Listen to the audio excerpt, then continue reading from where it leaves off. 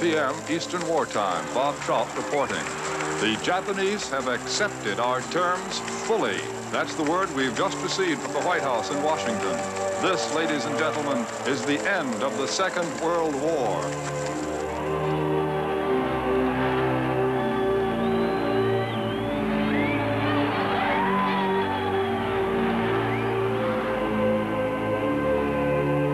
Ladies and gentlemen, the President of the United States.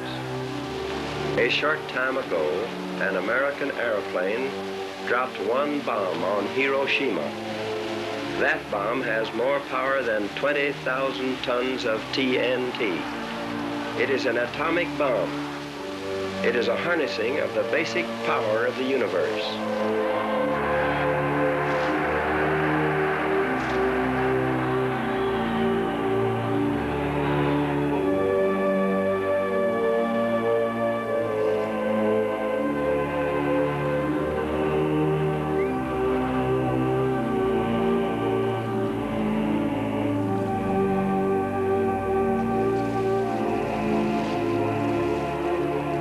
Having found the atomic bomb, we have used it. It is an awful responsibility which has come to us. We thank God that it has come to us instead of to our enemies. And we pray that he may guide us to use it in his ways and for his purposes.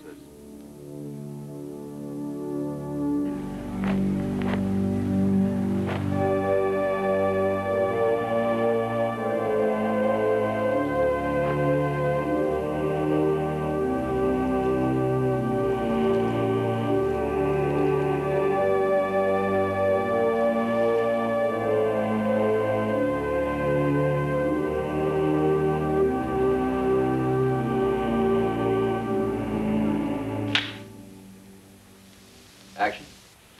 The atom bomb is here. It exists. We must look to the future. Up until now, only 3 have been exploded, and none over the water. It is the duty of the military services to explore the military might of this new weapon.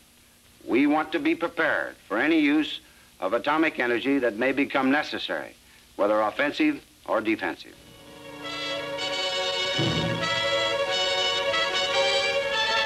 Out of Washington comes the story of Operation Crossroads.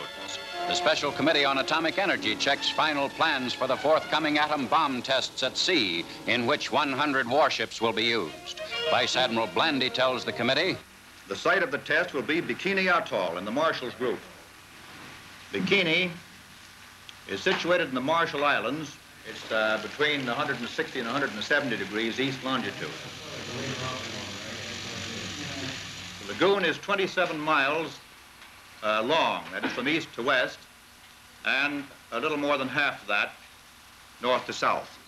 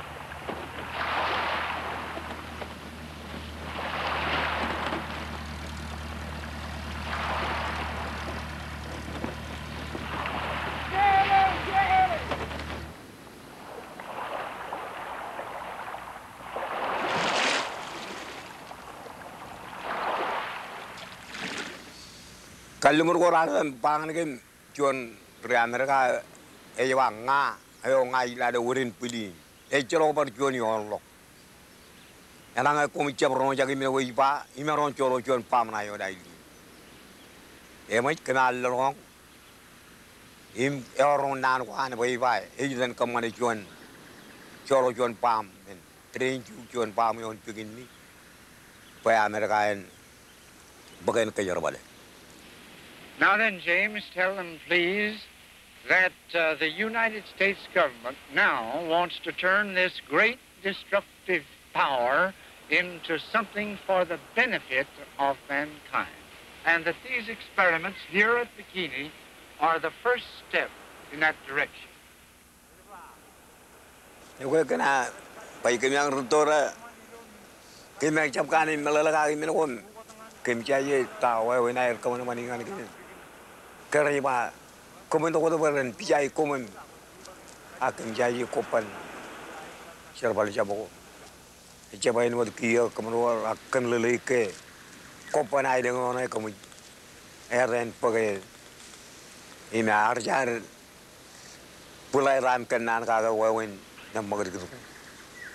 Crossroads, scene 25, take 1. Well, now then, James, will you tell them that the United States government now wants to turn this great destructive force into something good for mankind, something good for mankind, something good for mankind. All right, is that all? Okay, got it.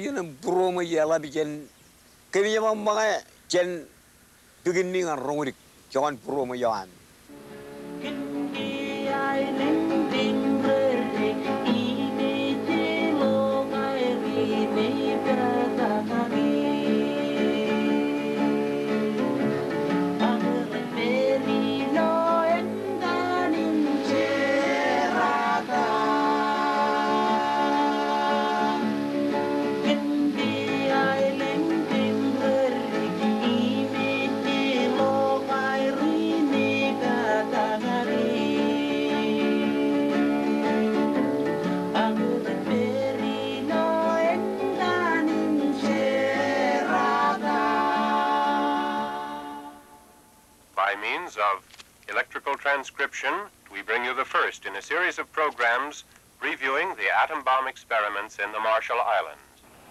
One of the most important and one of the most dramatic elements concerned with the dropping of the bomb is the photographic aspect. How many cameras are going to be used on this operation here? There'll be 104 still cameras and 208 motion picture cameras.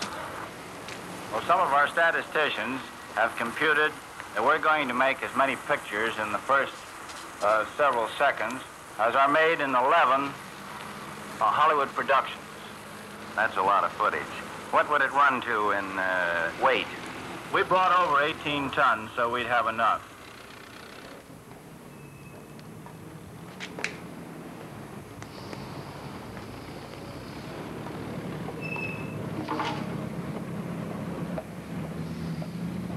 We really and truly didn't know what was coming off because we were told that we were going on a test. And the test there would be nothing to be concerned with. Don't bother about anything. There's no restrictions on us. So do as you're told, and there won't be any harm come to anybody.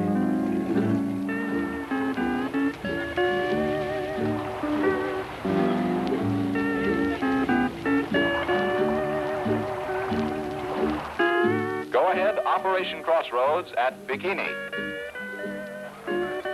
We are speaking to you from the island of Bikini. We think this is a rather auspicious occasion because of the fact that this is probably the first time, and no doubt the last, that a radio station will be broadcasting from Bikini. This island has been read about, been told about, and you've seen pictures of it in the papers, in magazines, and over the radio for the past several months. Now this is an actual broadcast from this location. When we arrived there, we found out that the weather was a little on the warm side, running about 100 degrees with about 100% humidity. So it was pretty warm and humid. So the less clothing we could wear, the better off we were, or at least we thought we were at the time. So we started trying to get into the water to swim a little bit, and we did that with no problems. So it was swimming and eating a lot of ice cream and, you know, just anything to keep our minds occupied at the time.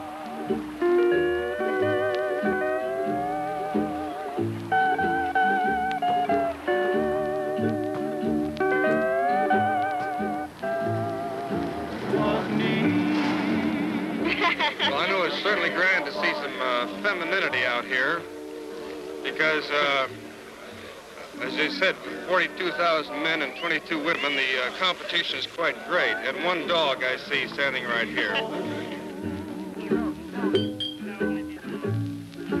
And there, beside a blue lagoon, I kissed you. It was in September. The men cut up and acted fool, as boys would. You were sent from heaven above. You were meant. Everybody was on a sort of a good attitude. I thought we were. I was.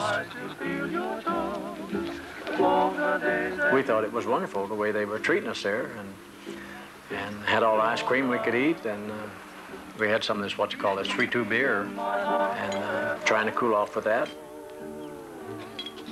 While the memories linger. Well, tell me, Fitzgerald, how do you feel about being here? Do you like the assignment? Yes, sir. Not bad at all. Are you married? No, sir. Are you going to have any grandchildren to tell about this? I don't know, sir. Well, let's hope you do. How old are you? 18, sir. 18. How long you been in the service now? About 4 months, sir. About 4 months. Well, boy, you're starting out on a real one. Well, thank you very much. For months, from Washington to the Central Pacific, plans have moved ahead on one of the most gigantic experiments the world has ever known. A joint operation this July to determine whether present sea power is obsolete. In secret files, an exhaustive schedule of planning and consultation is perfected as public interest in the vast operation mounts.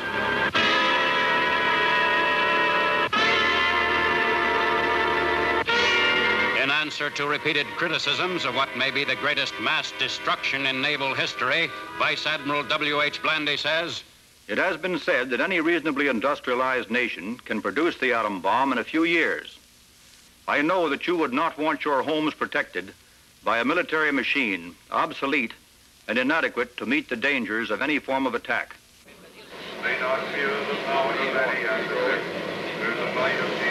Crossroads, USS Panama, Mexican UN observer, singing at church service.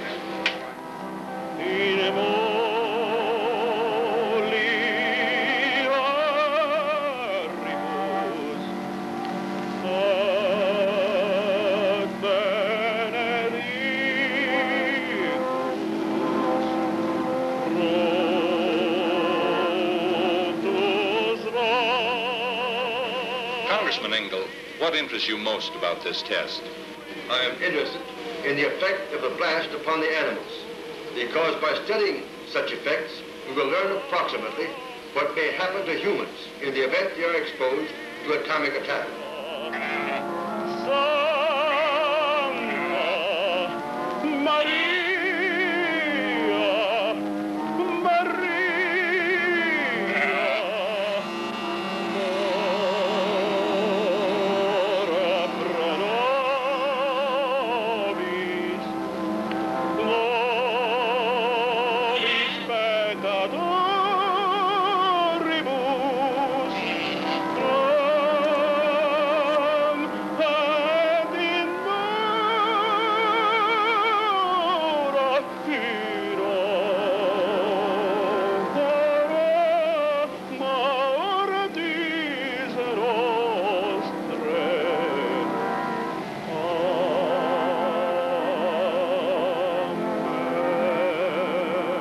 We were told that do as you're ordered and nothing will become of it and nothing will happen to you.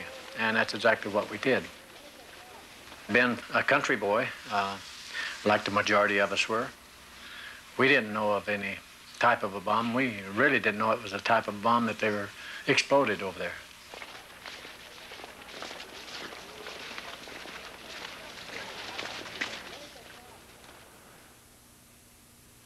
We scientists who release this immense power have overwhelming responsibility to bring realization to America that mankind's destiny is being decided today, now, this moment.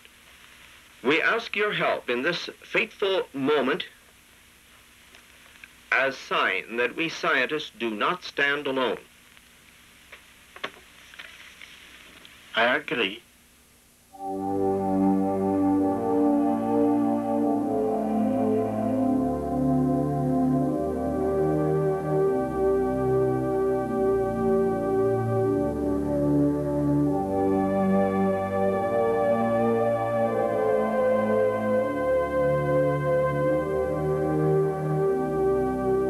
For late reports on the atom bomb test at Bikini, stay tuned to your mutual station. We take you now to New York. This Security Council chamber is packed as it's never been before to listen to this historic declaration as the government of the United States is about to present its plan for the world control of atomic energy.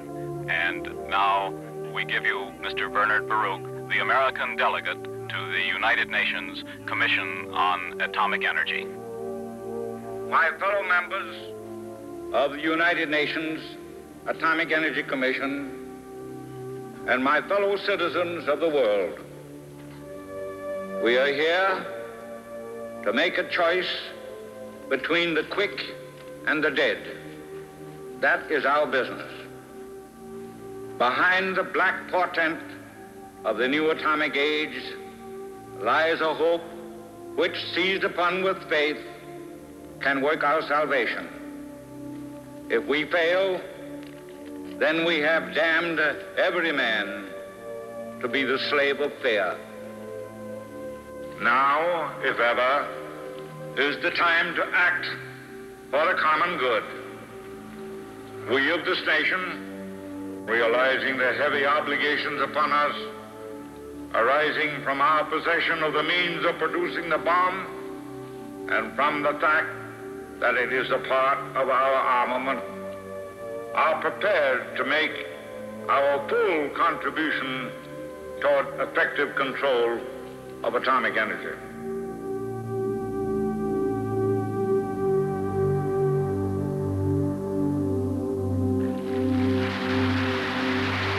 План Баруха и по существу, и по форме не отвечает интересам Объединенных Наций. Существует и другой план в отношении атомной бомбы, предложенный Советским Союзом. В основе этого плана лежит совсем другая установка. Мы, советские люди, не связываем своих расчетов на будущее с использованием атомной бомбы. Mr. Molotov's speech indicated distrust and misunderstanding of the motives of the United States and of other members of the United Nations. Our motives in war and peace we leave to the judgment of history. Now, from the ship carrying scientific observers and UN representatives, here is ABC correspondent Cleet Roberts. Go ahead, Bikini. This is Cleet Roberts reporting from Bikini Atoll. A little over an hour ago, Vice Admiral Blandy announced that the A-bomb will definitely be dropped tomorrow. Crews will begin leaving the target ships. We were in the lagoon on the morning of July the 1st, and we were told then that we were moving out, and we would go out to the mothership, which we call Mount McKinley, which was about 9 miles out. And that was early in the morning. We started out of the lagoon. We were the last ship out of the lagoon, the last personnel in the lagoon.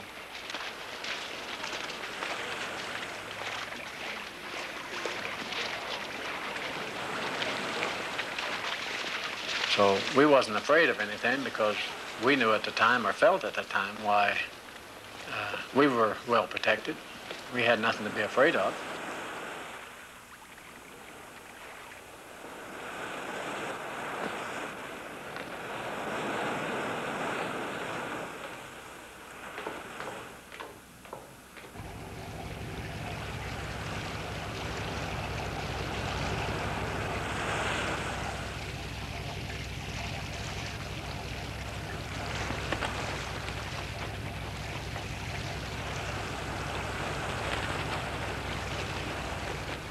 Working Milligan, why when you are about rain you palm.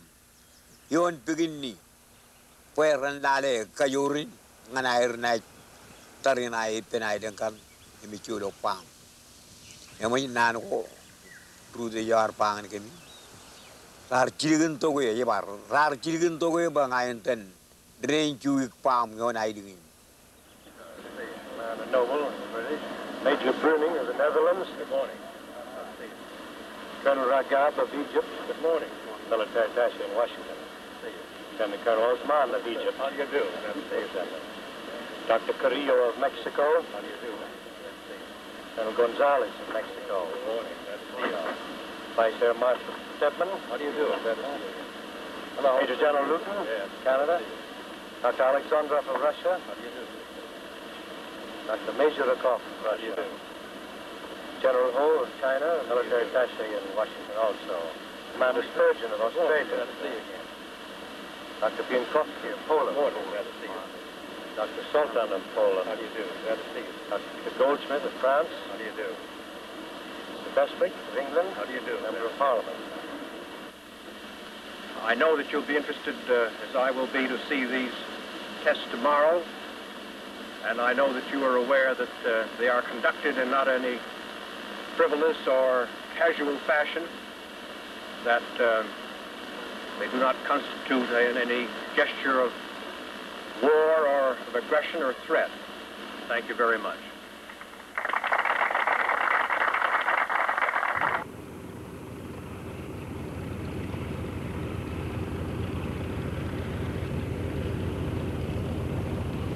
Hello, ABC. This is Lee Van Atter reporting from Air Force Atomic Headquarters at Kwajalein. It is only a few hundred yards from where I am speaking to a certain atomic bomb, the Bikini bomb. It is a novel and yet somehow satisfying sensation to know that bomb is both near and here. That sensation of something more powerful than anything man has known before being present on this incongruously tiny coral atoll in the middle of the Pacific.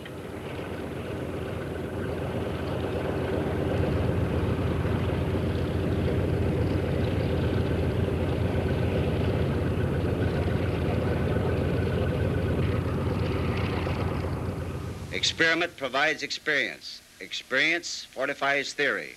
Knowledge is power. The way is clear, the challenge strong, the duty inescapable. We must have the facts. Common sense calls for the facts. Now.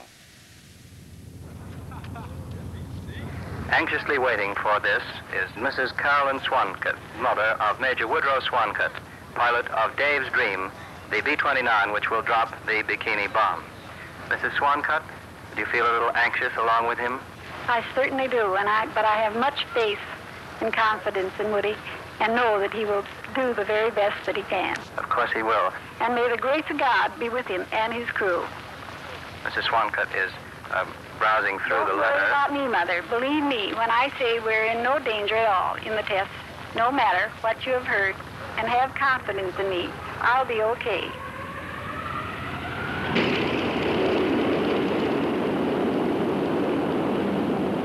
Ladies and gentlemen, today is Able Day, the day that the fourth atomic bomb ever dropped in history is scheduled to explode over a ghost fleet in Bikini Lagoon. In just a few moments, the superfortress carrying that bomb will take off from Kwajalein to begin a 4-hour flight to H-hour.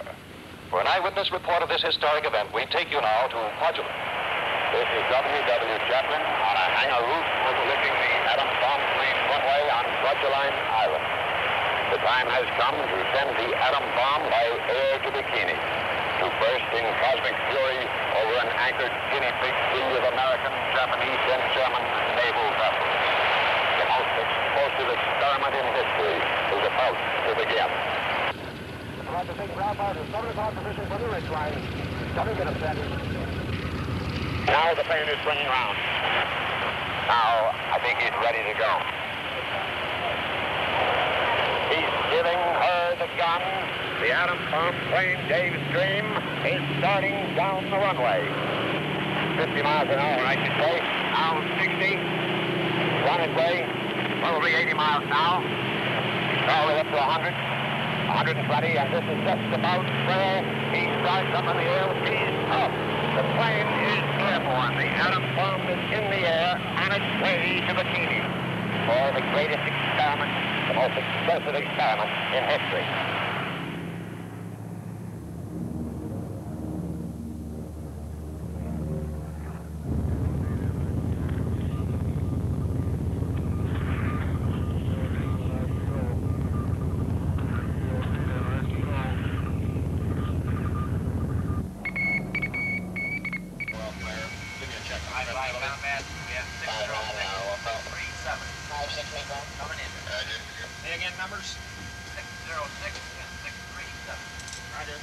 At this time, NBC interrupts its regular program schedule to bring you a history-making broadcast, the actual dropping of the bomb at Bikini.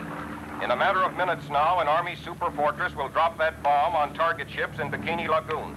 There are those who predict it may be the last such test if nations now can agree to outlaw the bomb. The United Nations Atomic Energy Commission now is analyzing that problem, and the world waits to see whether there can be a compromise between our own plan for controlling atomic energy and that of Soviet Russia.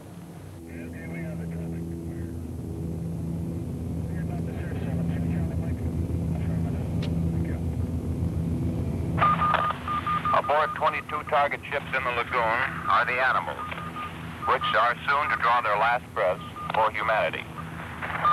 The result of what happens to war-making equipment will undoubtedly determine the course of military might for generations to come. It is now 30 seconds to zero time. Put on goggles or turn away. Do not remove goggles or face burst until 10 seconds after the first light. We're all getting our goggles adjusted now because we expect to hear the signal from the bombardier at any moment. Crossroads, scene 1, take 1, A-day burst, USS Panamint. It's no longer moments, it's a matter of seconds now. Seconds ticking against the backdrop of eternity. The bomb is away and falling.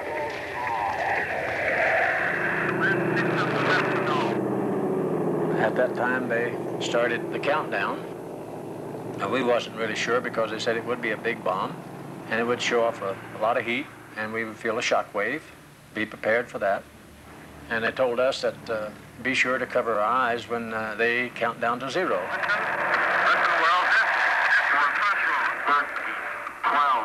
11, 10, 9, all green, 7, 6, 5, 4, 3, 2, 1, 0.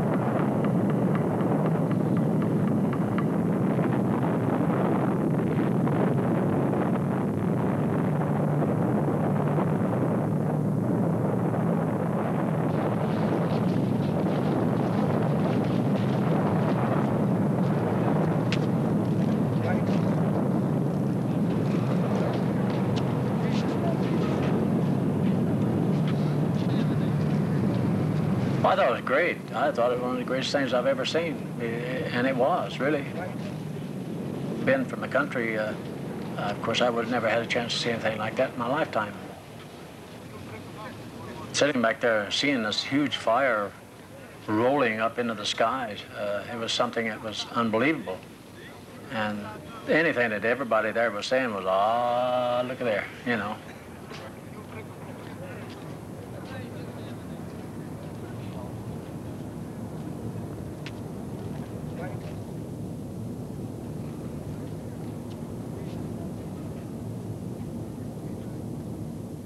Congressman Isaac, what was your first general impression of the explosion of the atomic bomb a few moments ago? It was one of keen disappointment, I'll say. It looked to me as if the Navy Department was afraid members of Congress would get too close and that they do not consider us expendable. It struck me as the most awe-inspiring and magnificent man-made spectacle I have ever seen in my life. It put me pretty much in mind of the setting sun. It seemed like a huge, giant firecracker.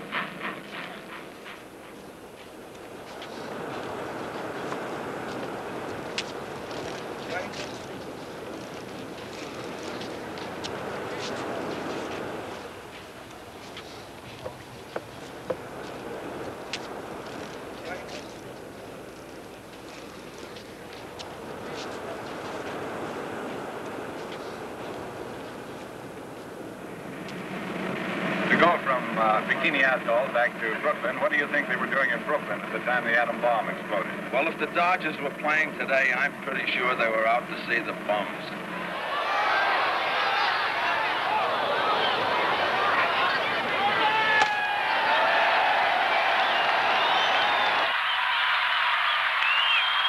The National Broadcasting Company interrupts all its programs to bring you a special broadcast. A few hours ago, the atomic bomb was dropped on the target fleet at Bikini. Aboard this vessel, which carries the scientific observers and United Nations representatives, there is without a doubt a keen sense of disappointment. Disappointment with what we witnessed this morning. It was a successful experiment, says the Army and Navy, but from 20 miles away it was a pretty poor spectacle. Until I have seen the destruction measured by the various instruments and seen the destruction itself, I want to reserve judgment as to whether or not I'm ready to abolish the Army and Navy and go to throwing atomic baseballs from here on. Thank you very much.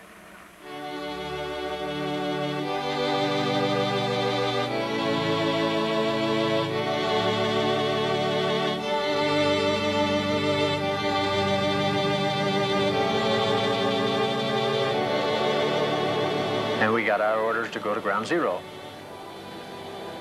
And when we went to ground zero, steaming in past the target ships, we saw various sights that went on because some of the target ships were burned real bad. Some of them had holes in them.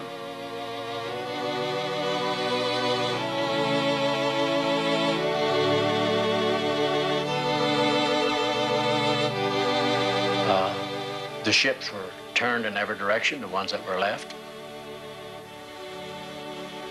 All the paint was removed from them. The gun barrels were twisted. The structures were twisted.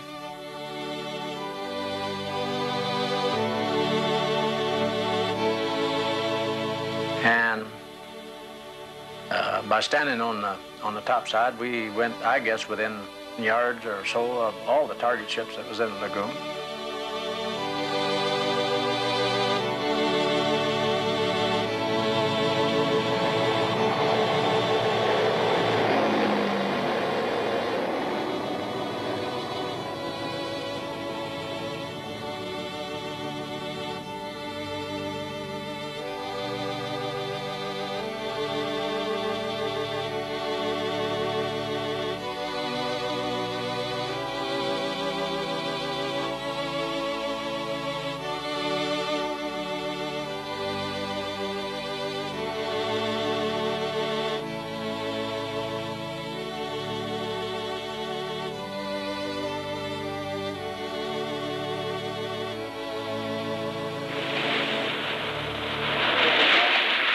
the officers aboard the flagship here are very optimistic now that the first able operation has gone off successfully and almost exactly on time. They're very optimistic about the Baker test. As a matter of fact, I've heard a number of the men say that they believe Baker will go off on or about July 22nd, which gives just exactly 3 weeks. That was Admiral Blandy's original statement, that if everything went off satisfactorily, then within 3 weeks, Baker should come about.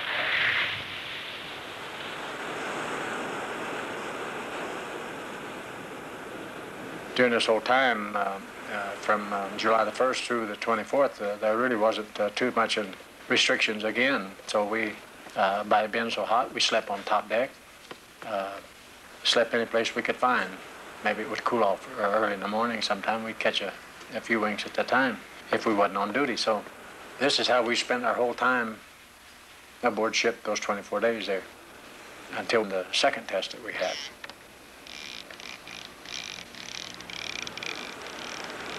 I don't recall during the whole time I was there that any words or long radioactivity have been spoken of to us, the crew members I'm talking about.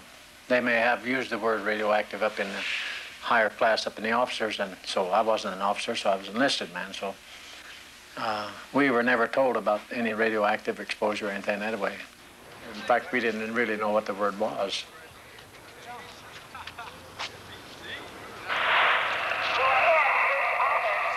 How do you do, ladies and gentlemen? This is Austin Finger reporting to you from the tiny isle of Rongerik, deep in the central Pacific Ocean, some halfway between the Orient and the mainland of the United States. Here we are on the tiny isle where the natives of Bikini have been evacuated. They're homesick. They've only been here for a short while, but they're glad to stay, although they don't understand the world of nuclear energy any more than we do, and though they have no way of understanding what the test is all about. Okay, you know, you know, when Pijawaral Kamanin, Pudogan Pamel, oh, you know, Canarium Canan Catalog. Edu Winker Canarium Canan Catalog. Canar Canan ready, I don't know, by Karanjam Kaman Milo Kim Jai Wawir. Canar Giron Lodi. Rongerik itself lies some 200 miles almost due north of the main island of Kwajalein. Out here in the peaceful Pacific, where the natives sit in their courtesy and in their friendliness, with their smiles and with their happiness, they aren't sure exactly what the atom bomb means, but at least they admit it.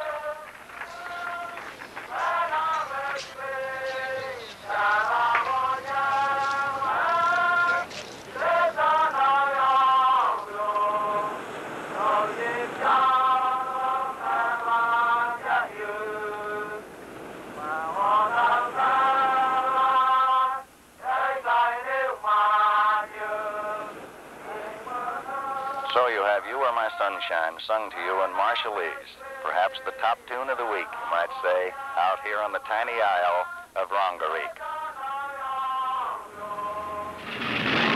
In a moment, Mutual and its affiliated stations will take you to Bikini, where Joint Task Force 1 has regrouped for the second time within a month. This time to set off the first underwater atom blast in the history of the world. The bomb will not start a chain reaction in the water, converting it all to gas and letting all the ships on all the oceans drop down to the bottom. It will not blow out the bottom of the sea and let all the water run down the hole. It will not destroy gravity. I am not an atomic playboy, as one of my critics labeled me, exploding these bombs to satisfy my personal whim. The evacuated ruler of Bikini, King Judah, gets a front row seat at the bomb blast as he arrives aboard the Mount McKinley and is greeted by Admiral Blandy, Joint Task Force 1 commander. The final switches have been thrown. No one can stop it. The atomic bomb is about to explode. How it will sound, 20 seconds. We do not know how it's going to sound, but 42,000 men here are watching, intensely indicating that expiring time. All of the observers, 10 seconds. All of the observer ships are in position in the open sea. We're about 10 miles away. 5 seconds. 4, 3, 2, 1.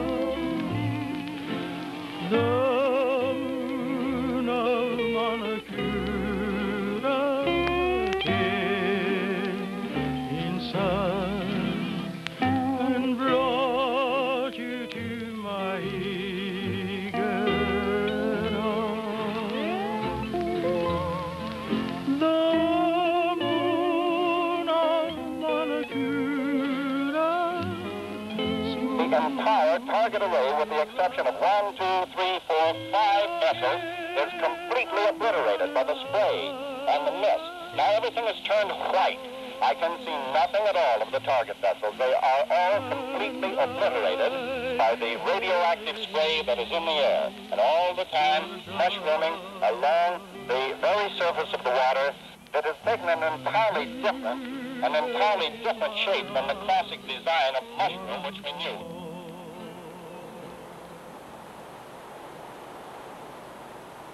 Sitting out there, apparently we were caught in what they call the downwind of this, and a lot of debris from fallout fell on top of the Sumner. I was standing there and got a lot of mist, little grits of sand, little pieces of rock falling around, and they ordered what they call GQ, which is everybody go to the battle stations.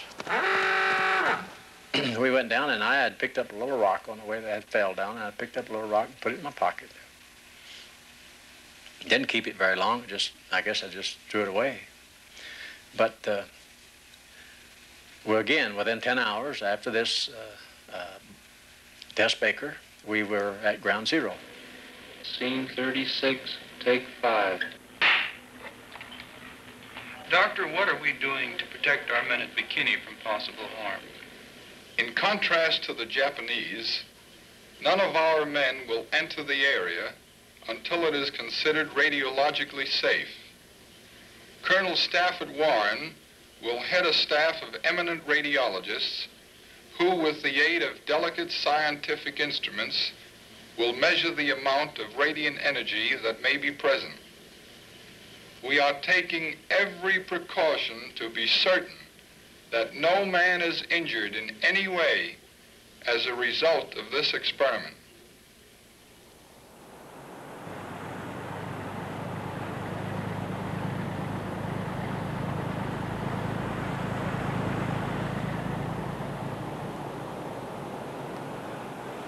We didn't know anything what was going on, and no one told us about anything, radiation or anything, been exposed to anything.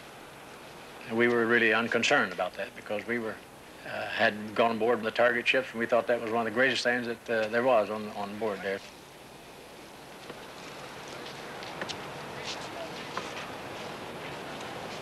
We saw these men coming aboard ship, and they had these Geiger counters with them, and they were walking all over the ship.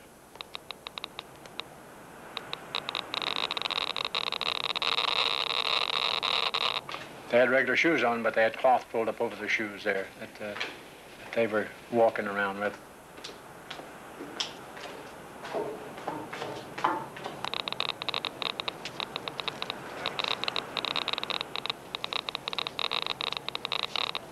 I still had on a pair of shorts and my tennis shoes and I had a little T-shirt on with a sailor hat.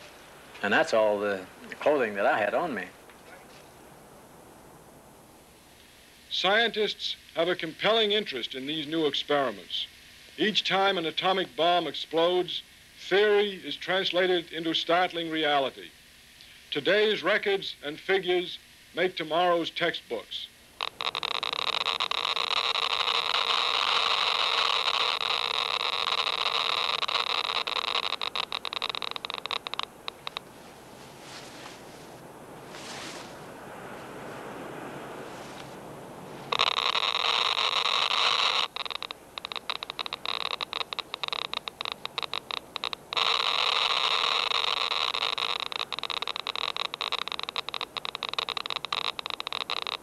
We went swimming in the water.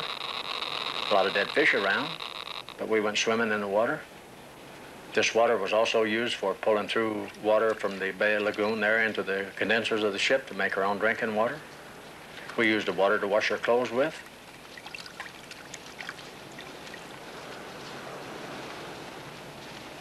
We wasn't worried about it because they continued to tell us to not worry about any of this. It wouldn't harm us, and we wasn't in any danger whatsoever.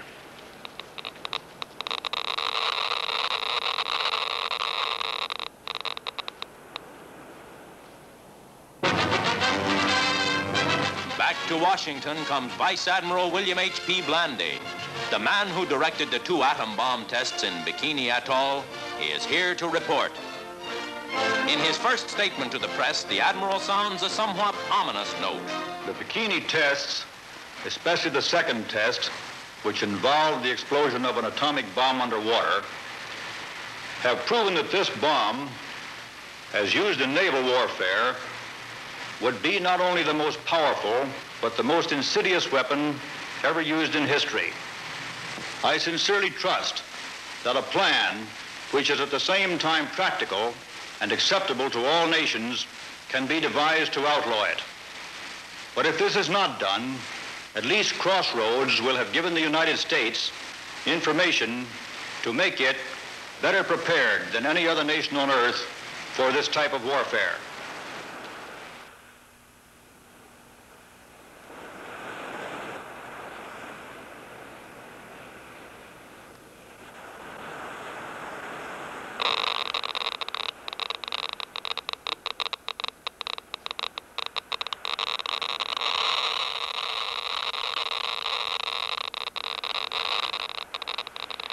Natives of the Marshall Islands have promised that they shall never use an atomic bomb against any enemy. They have further expressed their willingness and desire to join any world organization to outlaw the use of the atomic bomb in possible future warfare. These are a simple, honest, religious people, peace-loving and not too wise in the ways of our civilized world.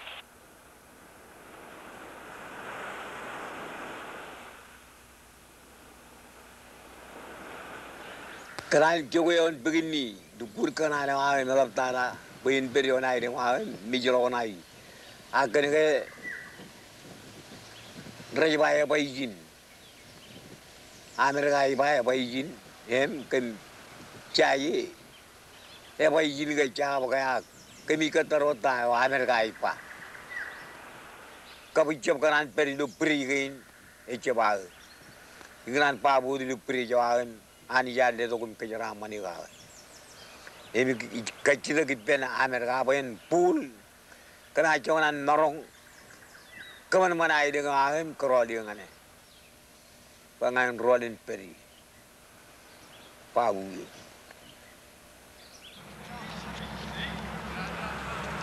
While we were on the way back to Pearl Harbor, I was mostly taking bed rest at the time. And when I got to Pearl Harbor, they had then transferred me to the hospital there, where many tests were performed on me. The summoner left and went on another tour, and of course I remained in the hospital. In 1947, well, they gave me a medical discharge and sent me home.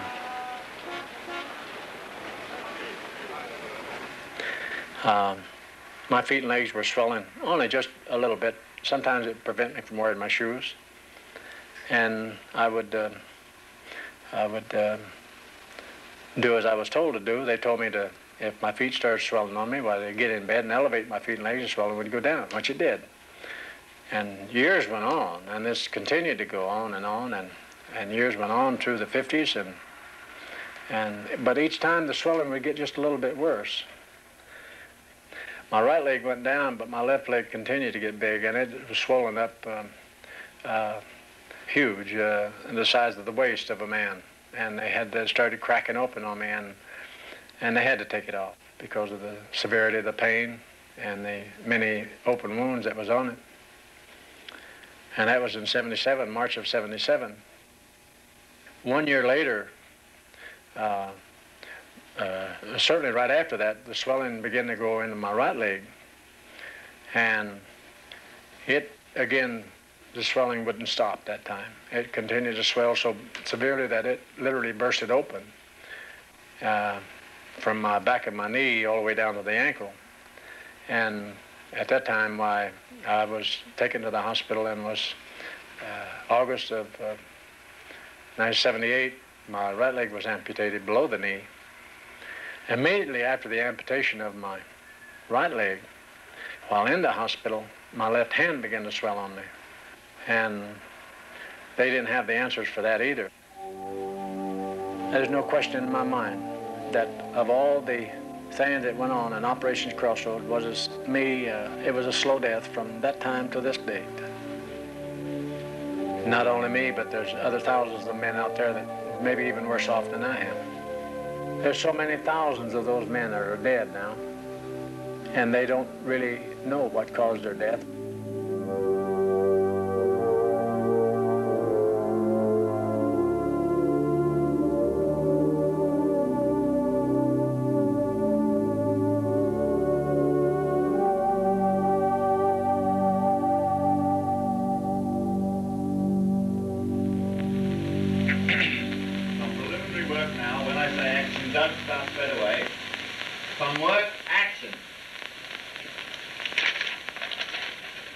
The search of science for the absolute weapon has reached fruition in this country. But we stand ready to destroy this instrument. Let us not deceive ourselves. We must select world peace or world destruction.